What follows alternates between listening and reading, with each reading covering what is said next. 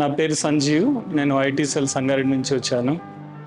మెయిన్గా మా ఐటీ సెల్లో ఒక 15 మెంబర్స్ 2024 బ్యాచ్ నుంచి మా సార్ స్పెషల్ ఇంట్రెస్ట్తో తీసుకున్నారు.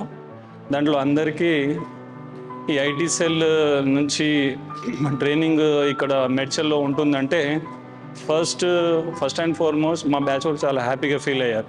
ఎందుకంటే మేము సేమ్ ట్రైనింగ్ సెంటర్కి వెళ్ళి మళ్ళీ కొత్త విషయాన్ని నేర్చుకోవాలని అనుకున్నాం కాబట్టి వాళ్ళు వచ్చారు. వాళ్ళు ఫీడ్బ్యాక్ చెప్పడం వల్ల సీనియర్స్ కూడా వచ్చి వెళ్ళారు మా దగ్గర నుంచి. సో నేను మెయిన్గా ఏంటంటే నేను 20 బ్యాచ్ సివిల్ కానిస్టేబుల్ని నేను యాజ్ ఏ సైబర్ వారియర్స్గా చేశాను. నేను మళ్ళీ వేరే జిల్లా కోసం అని చెప్పేసి మళ్ళీ ఇప్పుడు ట్రైనింగ్ చేశాను ఇక్కడ సేమ్. అక్కడ సైబర్ వారియర్స్లో చేసిన కొన్ని తప్పిదాలు, ల్యాక్ ఆఫ్ టెక్నాలజీ, అక్కడ ఉన్న విషయాలను మళ్ళీ ఇక్కడ నేర్చుకోవచ్చని వచ్చాను యాక్చువల్లీ. కానీ ఇక్కడ మెయిన్ ఏంటంటే ఇప్పుడు సైబర్ క్రైమ్స్ ఎట్లా జరుగుతున్నాయి అనేది అందరు బయట చెప్తున్నారు. ఇప్పుడు ఒక కంప్లైంట్ స్టేషన్కి వచ్చి ఈ క్రైమ్ అయిందని చెప్పగలుగుతాడు, కానీ దాన్ని ఫ్రంట్ ఆఫీసర్ ఉన్న రిసెప్షన్ కానీ బీసీలు కానీ వాళ్ళు ఏదన్నా విషయం చెప్తే ఇట్లా అయింది సార్ నాదని చెప్తే ఫస్ట్ నువ్వు సైబర్ వారియర్ దగ్గర పోవమ్మా అని చెప్తారు. వాళ్ళకి టైం లేకనో తర్వాత చూస్తామని అట్లా చెప్తున్నారు. కానీ రెమెడీ అనేది తక్షణం మనం ఏం చేయాల్సిన అనేది కార్యక్రమం గురించి ఎవరు అంత ఎక్స్ప్లెయిన్ చేయలేరు అక్కడ.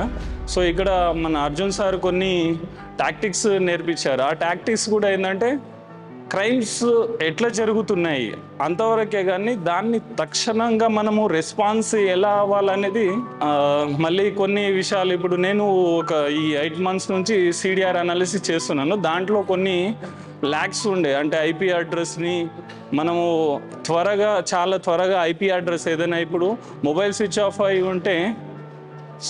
అయిన తర్వాత మనం ఏ విధంగా ఆ ఐపీ అడ్రస్ని రాబట్టగలుగుతాం, మన టూల్స్ ఏమైనా ఉన్నాయా, అలాంటి టూల్స్ మనం ఏదైనా నేర్చుకోవచ్చా అనేసి ఇక్కడ అనుకున్నాను. అలాంటి టూల్స్ కూడా నేను అడిగాను.